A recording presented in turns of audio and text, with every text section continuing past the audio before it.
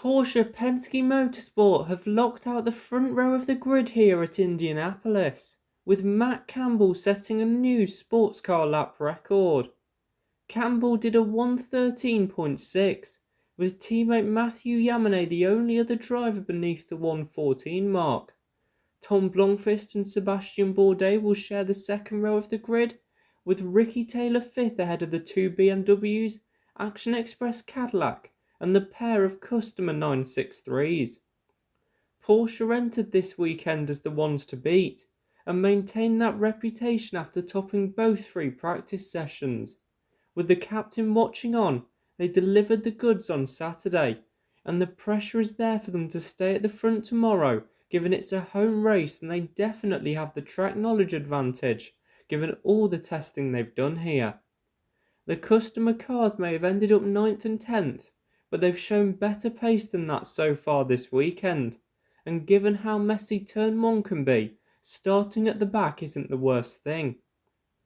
Ricky Taylor had a spin in qualifying aboard the number 10 Acura, which may have cost him a second row start, but he still extended their championship lead out to 17 points. The Tenors look solid all weekend, and they can hope for another strong result tomorrow. The big blow for them is that they'll either need to double stint a set of Michelins or do a run on the set Taylor damaged, but there's a chance that won't mean much, as this only applies if they just use the Michelin slicks. The other Acura of Meyershank Racing is again very much in the game, and is probably the car most likely to spoil the Porsche party tomorrow. It was a difficult free practice one for Cadillac, with both cars having issues, but Chip Ganassi Racing at least seemed to have recovered, with a fine 4th place for Bourdais in qualifying. For Action Express, tomorrow will probably be about damage limitation, and keeping as close to the championship lead as they can before their usual happy hunting ground of Road Atlanta. And BMW will be looking to move forward in the race after qualifying 6th and 7th. They've had solid pace so far this weekend, and should be in the mix for a top 5 come race time. Ben Keating took LMP2 pole position from George Kurtz and Stephen Thomas, the top 3 in the championship making up the top 3 on the grid in what is sure to be a great scrap.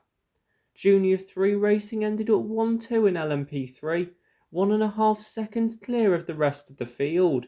Championship leader Gar Robinson brought out the only red flag of qualifying after going off at turn 6, but with such a large points lead this isn't a major blow. The star of qualifying was Madison Snow in the Paul Miller Racing BMW, who put his GTD car onto outright GT pole. Paul Miller have been a level above the opposition this year, and this is just further proof as they now stand on the brink of doing the seemingly impossible and mathematically securing the title with a round to spare. For the second weekend in a row, the US Racetronics Lamborghini has showed decent pace, and could be one to keep an eye out for tomorrow. Klaus Bachler will share the front row in GT after taking GTD Pro pole from the WeatherTech Racing Mercedes of Maro Engel.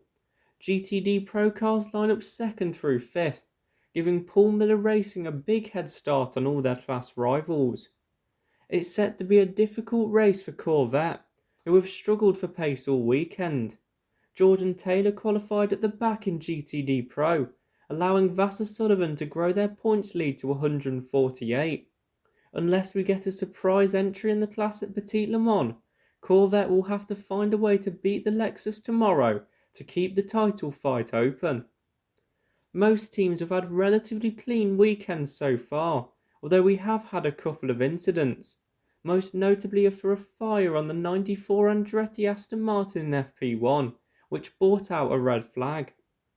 The first ever sports car race at Indianapolis back in 2012 was interrupted by severe rain, and we could see similar with an 88% chance of rain during the race and a chance of thunderstorms for tomorrow, which, remember, will bring with them a lightning delay.